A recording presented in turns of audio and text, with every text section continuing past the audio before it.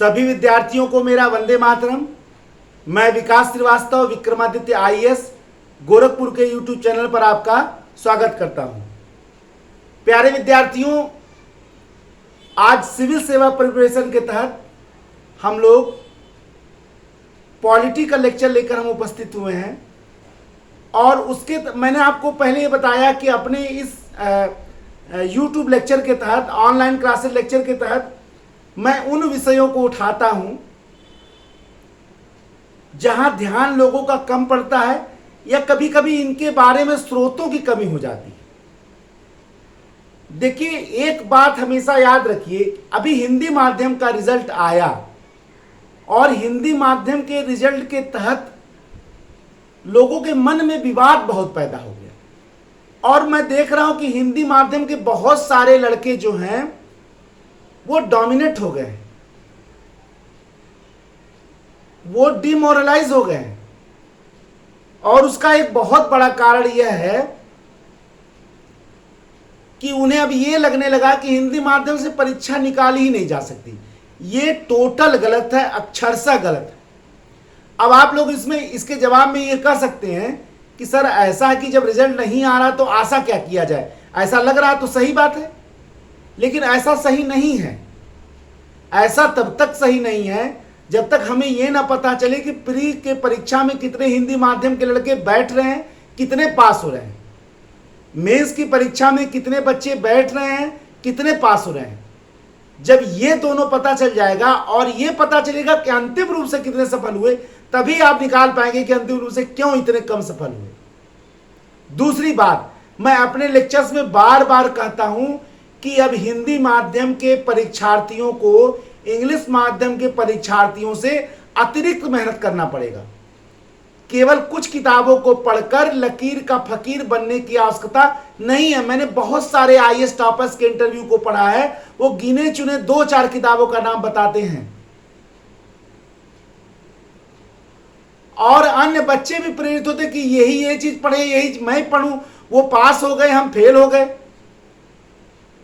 पहली बात, यह अवधारणा और बच्चों को डोमिनेट कर देता है कि वही किताब में। देखिए, सिविल सेवा की परीक्षा में परिश्रम का कोई विकल्प नहीं है और परिश्रम करने वाला, समान परिश्रम करने वाला हर परीक्षार्थी बराबर है। आप ये मत तौलिए कि एक व्यक्ति बहुत, अगर ऐसा होता तो बहुत सारे फेलियर भी वहां टॉप कर चुके हैं, बहुत सारे कमजोर बच्चे भी वहां अच्छे रैंक प्राप्त कर चुके हैं। अगर केवल बुद्धि की बात होती और एग्जामिनेशन में नंबर पाना बुद्धि का केवल खेल होता तो कमजोर लड़के नहीं वहां सेलेक्ट हो पाते। निश्चय ही व्यक्ति के परिश्रम का, समर्पण का और लेखन कौशल का सबसे बड़ा योगदान है। तो आपका समर्पण रहना चाहिए, जरा सा भी डरने की कोई आवश्यकता नहीं है। हिंदी माध्यम का स्वर्णकाल आएगा और इसी कारण से विक्रमादित्य आईएएस ऑनलाइन क्लासेस विशुद्ध हिंदी के बैच, फाउंडेशन बैच प्रारंभ कर रही है, चल रहा है। जो भी परीक्षार्थी हिंदी माध्यम को लेकर इतिहास रचने के दिशा में कदम बढ़ा रहा है, निश्चय ही वह हमारे क्लास को ज्वाइन कर सकता है। विशुद्ध हिंदी माध्यम में हम उन रणबांकुरों को पैदा करने का प्रयत्न अवश्य करेंगे जो मैकाले की शिक्षा नीति पर चल रहे संघ लोक सेवा आयोग को मुंह तोड़ जवाब देगा। संघ लोक सेवा आयोग क्या समझता है कि भारत में वो एक बार पुनः काले अंग्रेज पैदा कर देगा? हमें तो लगता है कि मैकाले उस जमाने में उतना प्रसन्न नहीं होगा। मैकाले की आत्मा इस समय प्रसन्न हो रहेगी जब देखी होगी कि इस साल के 2020 के सिविल सेवा में मात्र 11 बच्चे हिंदी माध्यम के सफल हुए। वास्तव में हमें तो यह लग रहा है कि मैकाले की आत्मा को सबसे ज्यादा अगर किसी ने ठंडक प्रदान किया भारतवर्ष में, संघ लोक सेवा आयोग कर रहा है। क्या संघ लोक सेवा आयोग को यह चिंता नहीं है कि भारत में आधे जनसंख्या वाले बोले जाने वाली भाषा हिंदी, जिसको हम राजभाषा का दर्जा देकर बैठे हुए हैं, उससे इतने कम बच्चे क्यों पास हो रहे हैं? क्या केवल बच्चों का दोष है? क्या केवल मटेरियल का दोष है? क्या केवल बुद्धि का दोष है? क्या हिंदी माध्यम लेने वाला बच्चा मूर्ख है और अंग्रेजी माध्यम लेने वाला बच्चा ज्यादा बुद्धिमान है? क्या हिंदी माध्यम के बच्चे से ज्यादा बुद्धि अंग्रेजी माध्यम का बच्चा रखता है? पहले इन प्रश्नों का जवाब तो संघ लोक सेवा आयोग दे दे, तब न 11 बच्चों को सिलेक्ट करने का मादा रखे। यह बात बिल्कुल गलत है कि अंग्रेजी मीडियम वाला बच्चा ज्यादा परिश्रमी होता है, हिंदी माध्यम वाला कम। यह बात बिल्कुल गलत है कि अंग्रेजी मीडियम वाला बच्चा ज्यादा बुद्धिमान होता है, हिंदी माध्यम वाला कम। यह बात बिल्कुल गलत है कि अंग्रेजी वाला बच्चा ज्यादा अच्छा लिखता है, हिंदी वाला बहुत कम। इन बातों का पहले जवाब संघ लोक सेवा आयोग दे कि भाई वो लड़का अंग्रेजी मीडियम वाला ज्यादा बुद्धिमान है, इसीलिए ज्यादा बच्चे अंग्रेजी मीडियम से आ गए। इन सब चीजों को दरकिनार करना है और संघ लोक सेवा आयोग को दिखा देना है कि हिंदी माध्यम के लड़के बराबर की शक्ति रखते हैं और ज्यादा भी रख सकते हैं। हम समस्त हिंदी माध्यम के शिक्षक को मिलकर इस लड़ाई को एक आंदोलन के रूप में, एक विद्यार्थी आंदोलन के, एक जन आंदोलन के रूप में लड़ना चाहिए। अगर सिविल सर्विस आंदोलन सुरेंद्र नाथ बनर्जी सिविल सेवा परीक्षा में बैठने की आयु बढ़ाने के लिए लड़ सकते हैं, तो क्या भारत के सुधी जन, भारत के शिक्षक जन, भारत के विद्यार्थी गण हिंदी माध्यम को महत्व दिलाने के लिए लड़ नहीं सकते? बिल्कुल लड़ सकते हैं। आजादी में उस जमाने में अभी आंदोलन पूर्ण रूप से शुरू भी नहीं हुआ था, तब भी सिविल सर्विस आंदोलन बिल्कुल बहुत एक सफल एक टाइप से रहा उनका, सुरेंद्र नाथ बनर्जी का सिविल सर्विस आंदोलन। लग रहा वह लड़ाई एक बार पुनः लड़ना पड़ेगा। आइए हम जरा विषय की ओर बढ़ते हैं। मैं अपना एक लेक्चर बनाऊंगा इस पे, और मैं हिंदी माध्यम के विद्यार्थियों को एक बार पुनः अपने लेक्चर के माध्यम से बताना चाहता हूं, कोई डर की बात नहीं है। वक्त का तकाजा है, तूफा से जूझो। वक्त का तकाजा है कि तूफा से जूझो। आखिर कब तक चलोगे किनारे किनारे? भिड़ जाइए, लड़ जाइए, अड़ जाइए और संघ लोक सेवा आयोग के मैकाले की नीति को भारत में जो पूरा करने का मंसूबा है उसको समाप्त करके दिखाइए। 44वां संविधान संशोधन एक प्रकार से डैमेज कंट्रोल था, एक प्रकार से क्षतिपूर्ति था, एक प्रकार से 42वां संविधान संशोधन द्वारा भारत के संविधान को जो विकृत कर दिया गया था उसको पुनः उस रूप में लाने का, जैसा संविधान निर्माता हमें संविधान दे के गए थे, वह एक प्रयास था 44वां संविधान संशोधन 1978। 44वां संविधान संशोधन के तहत कुछ क्रांतिकारी परिवर्तन भी किए गए और इसके अलावा 42वें संविधान संशोधन के तहत जो संविधान का ढांचा को विकृत करने का प्रयत्न किया गया था उसमें सुधार भी किया गया, एक प्रकार से डैमेज कंट्रोल भी किया गया। पहला क्या था? पहला जो है संपत्ति का जो मौलिक अधिकार था, संपत्ति का जो मौलिक अधिकार था उसको मौलिक अधिकार की श्रेणी से क्या कर दिया गया? बाहर कर दिया गया। यानी जो 7 मौलिक अधिकार पहले भारत के संविधान ने भारतीय नागरिकों को प्रदान कर रखा था वो समाप्त करके अब कितना हो गया? 6 मौलिक अधिकार।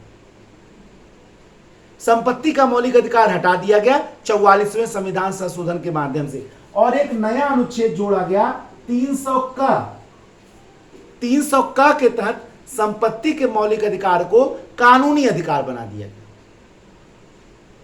ठीक है ना? यानी कि मौलिक अधिकारों, अगर आप संपत्ति का कोई मामला आता है तो आप अब अनुच्छेद 32 के तहत सुप्रीम कोर्ट नहीं जा पाएंगे, अनुच्छेद 226 के तहत हाई कोर्ट नहीं जा पाएंगे। अब आप जो है कानूनी मामले की तरह चाहे 10 साल लड़िए, चाहे 20 साल लड़िए, चाहे 50 साल लड़िए, जो लड़िए, लेकिन अब आपको जाके कानून के माध्यम से संपत्ति का मामला हल करना है। मौलिक अधिकार के तहत वो मामला हल नहीं होगा क्योंकि 44वें संविधान संशोधन के माध्यम से मौलिक अधिकार को मौलिक अधिकारों की श्रेणी से क्या कर दिया गया? बाहर कर दिया। इसके अलावा 44वें संविधान संशोधन के तहत अगला प्रावधान यह किया गया कि जैसे 1975 में इंदिरा गांधी ने आंतरिक अशांति के नाम पे इमरजेंसी लागू कर दिया था, आपातकाल लागू कर दिया था, और अपने जितने विरोधी थे उनको जेल में भरवा दिया था। एक प्रकार से 75 से 77 के बीच भारत में तानाशाही राज्य लागू हो गया था, और यह हुआ था आंतरिक अशांति के नाम पर। यही कारण है 44वें संविधान संशोधन में आंतरिक अशांति शब्द हटा दिया गया। युद्ध, बाह्य आक्रमण और आंतरिक अशांति के आधार पर अनुच्छेद 352 के तहत भारत में राष्ट्रीय आपात लागू हो सकता था। युद्ध, बाह्य आक्रमण और आंतरिक अशांति, अब आंतरिक अशांति हटा दिया गया और उसके जगह क्या कर दिया गया? सशस्त्र विद्रोह। क्या कर दिया गया?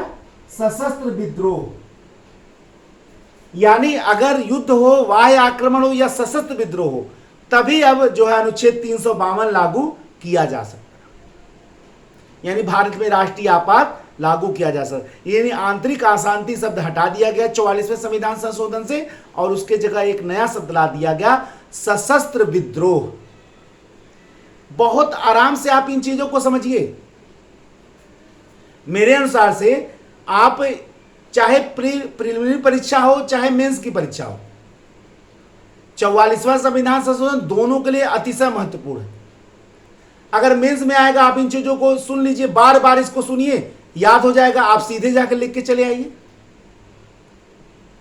प्री में आ रहा है क्वेश्चन, बहुत इंपॉर्टेंट है, बहुत इतनी बार पूछा गया कि कोई इसकी गिनती नहीं है।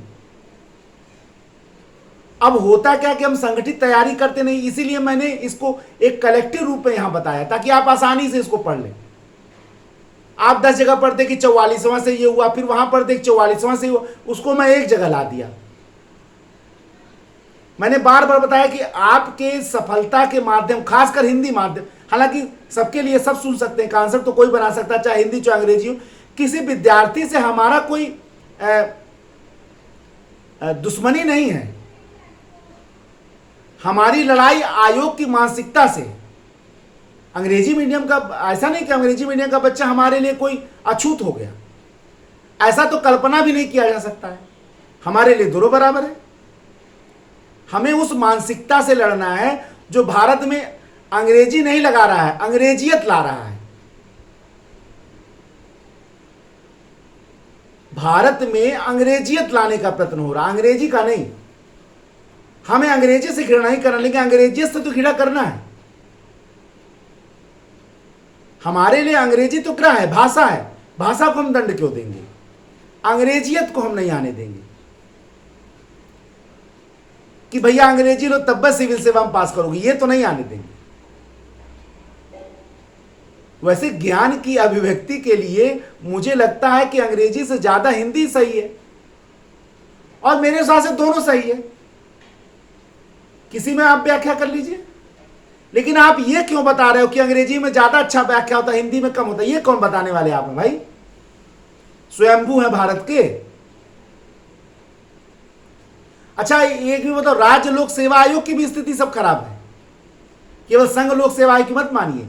ये मानसिकता हर आयोग की धीरे धीरे बन गई है। जब तक इसके विरुद्ध एक प्रबल जन आंदोलन नहीं होगा तब तक ये मानसिकता समाप्त नहीं होगी। ठीक है। वैसे मुझे लगता है कि जो नेतृत्व करने सिविल सेवक जा रहे हैं, तो पहले उनको अपने लिए भी नेतृत्व करना पड़ेगा।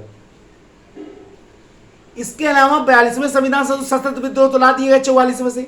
इसके अलावा यह भी किया गया कि अब राष्ट्रीय आपात तभी लागू किया जाएगा जब मंत्रिपरिषद लिखित सिफारिश करे। लिखित सिफारिश करे, ये नहीं कि मुंह से कह दे भैया राष्ट्रपति से कि तुरंत राष्ट्रपति शासन लागू, ऐसा नहीं। लिखित सिफारिश देगा। और यही नहीं, जब राष्ट्रीय आपातकाल लागू हो जाए तो 1 मास के अंदर, यानी 1 महीने के अंदर संसद द्वारा उसको अनुमोदित होना चाहिए। ये नहीं कि एक बार आपने मुंह जवानी दिया और राष्ट्रपति ने लागू कर दिया और वो चलता रहा, ऐसा नहीं है। 1 ही महीने के अंदर संसद का अनुमोदन जरूरी है, और वो 6 महीना चलेगा। हर 6 महीने पे बार बार संसद को अनुमोदन करना पड़ेगा। इसके अलावा जो अगला संशोधन किया गया वो यह किया गया, भाई 42वें संविधान संशोधन मैंने आपको बताया था कि राष्ट्रपति को मंत्रिपरिषद का सलाह मानने के लिए बात कर दिया गया, लेकिन 44वें संविधान संशोधन के तहत यह प्रावधान किया गया कि यदि मंत्रिपरिषद राष्ट्रपति के विचारार्थ विधेयक भेजता है तो राष्ट्रपति उसे एक बार, बात नहीं, एक बार उसे पुनर्विचार के लिए वापस कर सकता है। लेकिन अगर दोबारा आता है तब वो उस पर सहमति देने के लिए, अनुमति देने के लिए बात है। यानी एक बार उसको अवसर दे दिया गया अपने ताकत का प्रयोग करने के लिए। भाई एक बार आप पुनर्विचार के लिए वापस कर सकते हो। भाई 42वें से क्या किया गया, पूरा रूप से बात कर दिया गया, एक बार में आपको देना है।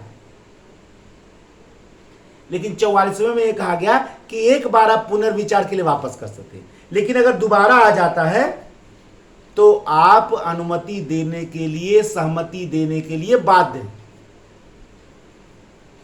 यानी कि 44वें संविधान संशोधन ने एक रियायत दे दिया राष्ट्रपति को, भैया एक बार आप भेज सकते हो, एक बार आप वापस कर सकते हो, दोबारा आपको मानना पड़ेगा। हमने देखा था कि 42वें संविधान संशोधन से लोकसभा और राज्य विधानसभा का कार्यकाल बढ़ाकर 6 वर्ष कर दिया गया था, लेकिन 44वें संविधान संशोधन से पुनः जो है वो कार्यकाल कितना कर दिया गया, 5 वर्ष कर दिया गया। ये बहुत अच्छी बात की गई, क्योंकि हमारे संविधान निर्माताओं ने लोकसभा और विधानसभा को 5 वर्ष का कार्यकाल दिया था। ये तो 42वें संविधान संशोधन के माध्यम से उसको 6 वर्ष कर दिया गया था। ठीक है, ये एक बड़ा कार्य किया गया। इसके बाद एक और अधिकार जो छीन लिया गया था कि राष्ट्रपति और राष्ट्रपति के चुनाव का जो अधिकार है, इसमें एक प्रावधान ये भी किया गया कि जो राष्ट्रपति और उपराष्ट्रपति के निर्वाचन के संबंध में अगर विवाद हो तो उस विवाद के संबंध में निर्णय देने का एक बार पुनः अधिकार किसको दे दिया गया, सर्वोच्च न्यायालय को। कि राष्ट्रपति और उपराष्ट्रपति के चुनाव के संबंध में अगर कोई विवाद पैदा हो